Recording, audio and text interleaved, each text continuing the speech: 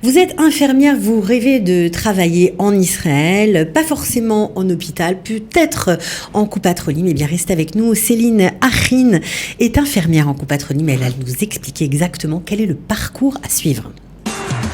Un professionnel au lait vous parle de son métier.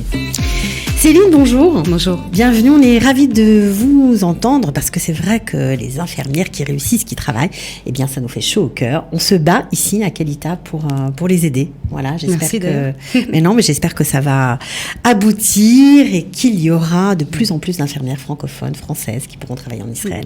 Alors juste avant de parler de votre travail en Coupat-Rolim, de ce qu'il faut faire pour y rentrer et en quoi ça consiste, un petit point. Comment on devient infirmière en Israël aujourd'hui ? Où on en est ? Alors, processus qui est très long, hein, on en parle, mais c'est bien de remettre un peu les choses au clair. Processus qui est très long, toute la traduction des diplômes, des notes. Bien sûr, on parle des infirmières qui sont déjà diplômées en France, qui travaillent déjà en France et qui viennent ici en Israël. Voilà, donc dossier qu'on envoie au MISRAD à Briouth et ensuite on a la possibilité, si le dossier est complet, de passer un examen à l'écrit 2 fois par an en français. On a la possibilité de le passer en français. Il faut avoir 60 pour le valider. Il faut avoir 60 pour le valider. Et puis voilà, si on reçoit un courrier ou un SMS comme j'ai reçu, comme quoi ça y est, on a réussi, alors là c'est... Alors une fois qu'on a passé l'examen écrit, on peut commencer à postuler en Coupat-Rolim ou en Bet-Rolim. On peut commencer en hôpital. Bon, évidemment, c'est un examen très difficile. Vous êtes enfermé longtemps, je crois, pour le passer. J'ai fait mon ALIA en 2013 et je l'ai passé en 2017. Et vous avez planché J'ai travaillé. Dur. J'ai travaillé, j'ai tout fermé et j'ai fait que ça. Ouais, vraiment. Voilà, c'est difficile de reprendre les études, encore plus quand c'est en ivrite.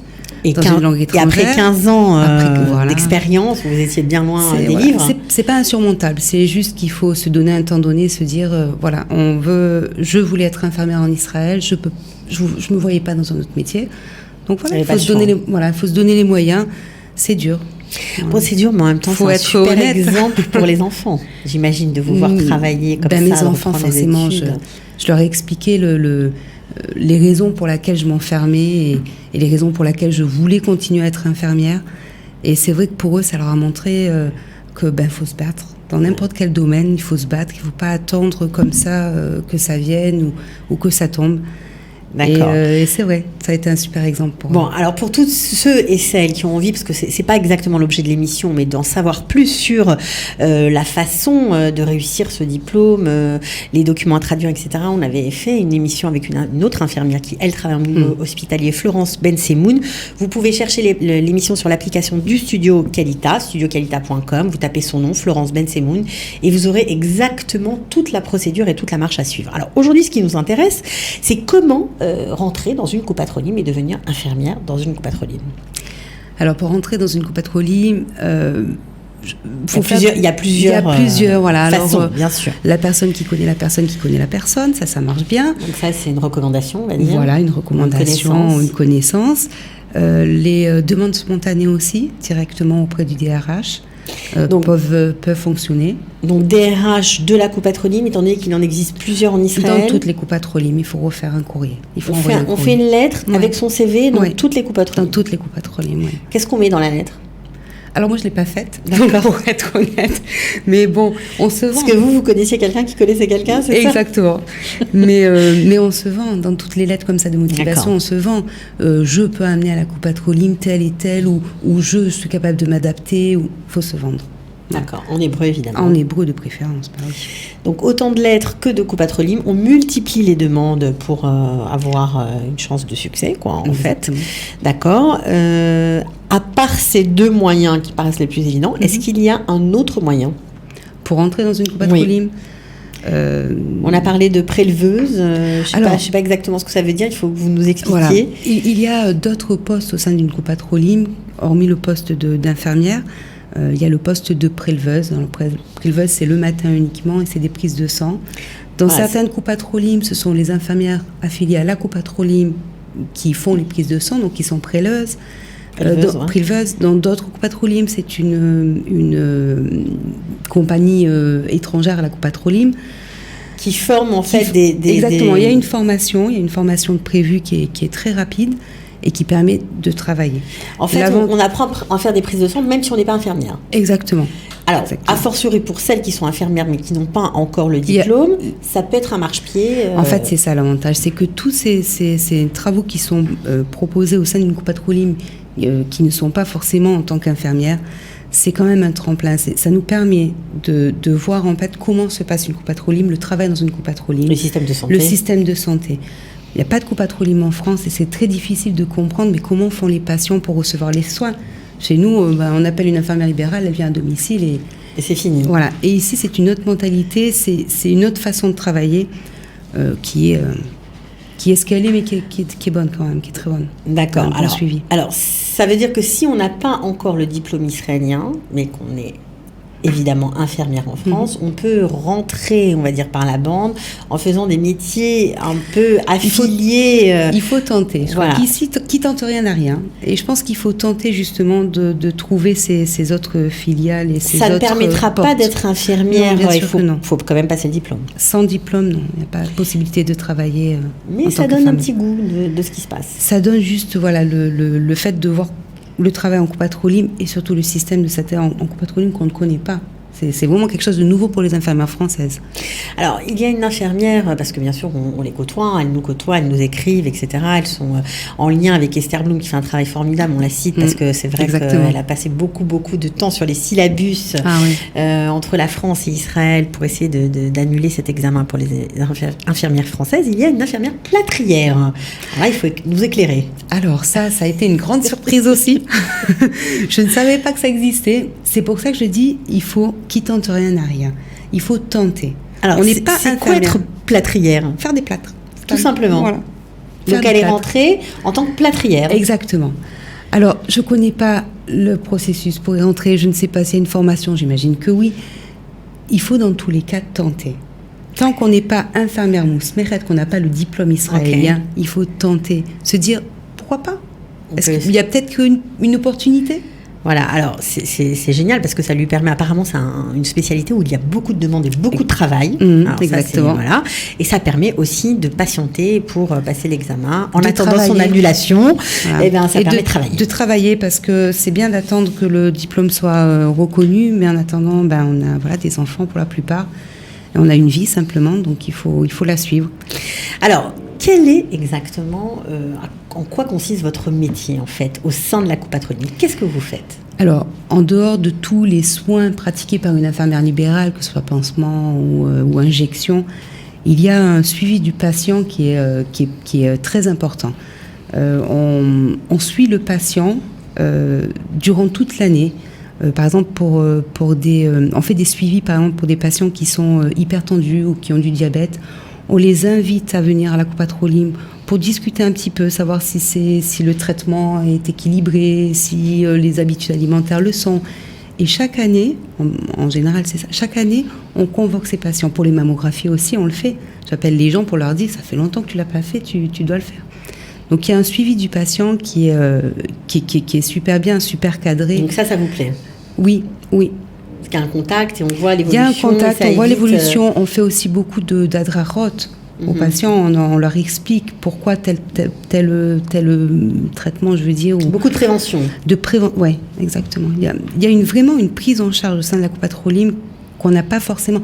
C'est fait par le médecin. En France, c'est le médecin qui fait tous ces suivis-là. Mais souvent, le médecin, il n'a pas le temps. Donc ici, c'est l'infirmière qui s'en charge. Ici, c'est l'infirmière qui se charge d'appeler les patients et de dire « ça fait 1 an qu'on n'a pas surveillé ça, donc tu vas venir, on va le surveiller ». Voilà. Et ça, c'est un super travail, quoi. On est vraiment à proximité des gens. On sent qu'on peut les aider et qu'on peut être avec eux et dire, t'es pas juste un patient à qui je fais une prise de sang ou une injection. Ok, alors maintenant, en termes de conditions de travail, c'est vrai qu'il y a beaucoup d'infirmières qui ont travaillé très très dur lorsqu'elles étaient en France. Aujourd'hui, elles ont peut-être des familles encore un peu plus nombreuses. Elles n'ont pas envie de travailler, de faire des gardes de nuit. Donc... Alors, c'est justement le travail qui est très approprié en coupatrolim, puisque la coupatrolim nous permet de travailler à mi-temps. Il y a pas mal d'arrangements comme ça, justement, pour les mamans ou les personnes qui ne veulent pas travailler à temps plein. Donc mi-temps, c'est possible. Mi-temps, c'est possible. Ouais, Ok. Mi-temps, c'est possible. Temps plein aussi, c'est possible. On ne travaille pas le Shabbat, évidemment. Travaille pas le Shabbat. Pas de garde. Non. Non. Non, pas de garde, pas de non. C'est des horaires un peu administratifs, quoi. Voilà, à 7 heures, C'est fini. c'est fini. Bon, après, s'il reste du monde, on va pas les mettre dehors non plus. Non, d'accord. Mais en tout cas, c'est vrai que pour les horaires, c'est important d'en parler parce voilà. que c'est aussi flexible. C'est adapté, oui, pour les mamans notamment qui ne peuvent pas travailler l'après-midi par rapport aux enfants. Bon. Alors, une question importante, est-ce que les coupotes Rolim, quelles qu'elles soient, reprennent l'ancienneté de l'infirmière qui a travaillé en France? Oui. Du moins pour mon cas, ils ont repris Ça, l'ancienneté. c'est une bonne nouvelle. Oui.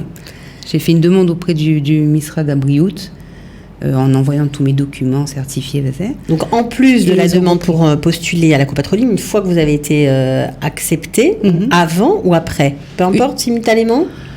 La demande, moi, je l'ai faite avant. D'accord. Avant Donc, de rentrer, j'ai présenté mon document du Misra d'Abriout en disant, voilà, j'ai une reconnaissance de mon ancienneté. vous avez Est-ce que fait reconnaître... comment vous avez fait? Une simple lettre, c'est tout? Une demande. Ouais, D'accord. J'ai simplement demandé, est-ce que vous reprenez mon ancienneté? Et au vu du document que j'avais fourni du Misra d'Abriout, ils m'ont dit, d'accord, on Oui, parce que reprend. vous travaillez dans un hôpital, ce qui est plus compliqué Alors, voilà. pour d'autres. Voilà, j'ai travaillé dans un hôpital, donc il y a des certificats de travail, donc tout est bien cadré.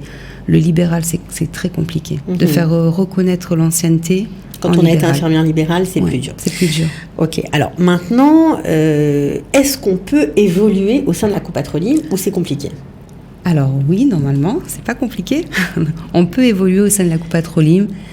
Pour nous, infirmières françaises, on est bloqué. Pourquoi? On est bloqué parce qu'on n'a pas de reconnaissance de notre Torah Rishon. Ça veut dire que le Et ministère de l'Éducation ne reconnaît pas votre diplôme d'infirmière Non, il ne reconnaît pas. Que ce soit l'ancienne réforme ou la nouvelle réforme des diplômes infirmiers français, il n'y a pas de reconnaissance du Torah Rishon. Et du coup, on n'a pas accès aux cours de la licence, quoi. en gros. Exactement. Et du coup, on n'a pas accès aux cours de spécialisation. Et on n'a aucun moyen d'avancer. Donc vous ne pouvez pas, même si vous êtes compétente, si vous avez de l'expérience, 15 ans d'expérience dans un hôpital, on imagine ce que ça veut dire, vous ne pouvez pas prendre des responsabilités au sein de la coupote Rolim. Non, si ce n'est au sein de notre MIRPA, et ça c'est en accord avec la surveillante en fonction du travail demandé. Mais si on veut simplement être surveillante d'une MIRPA, à Rotaharit, on ne peut pas. D'accord. On ne peut pas. Qu'est-ce qu'il faudrait pour que ça change? Reconnaissance du Torah. Donc il faut faire Complètement. pression sur le ministère de l'Éducation Exactement. pour qu'ils reconnaissent enfin. Si nous voulons évoluer en tant qu'infirmière française dans une coupote Rolim ou même dans un hôpital, nous devons repasser notre Torah. Ça veut dire que même si vous avez l'examen, vous avez validé l'examen israélien, donc vous êtes infirmière israélienne, mais comme voilà, ok, voilà la différence. Ouais, c'est ça. C'est qu'on est une infirmière de base, pas académie. Donc on n'a aucun accès aux cours de spécialisation. Pour le devenir, ils vous proposent aujourd'hui de refaire une licence en fait. Exactement, c'est la seule solution. Alors dans certaines coupotes Rolim, ils prennent en charge une partie des frais liés donc au diplôme, pas en totalité, une partie, c'est déjà pas mal, mais c'est la seule solution pour que. Mais un toit en n'importe quoi, oui. Moi où je travaille, c'est un toit en sioud, en soins. C'est tout ce qu'on a en France, donc. Voilà. C'est moi ma surveillante générale, c'est bon. J'espère que les choses vont changer et que j'espère aussi. Voilà, que les conditions vont s'assouplir un petit peu. Bon, on va parler d'un truc un peu plus réjouissant. Le salaire de base, quand on a de l'ancienneté, ça commence à combien?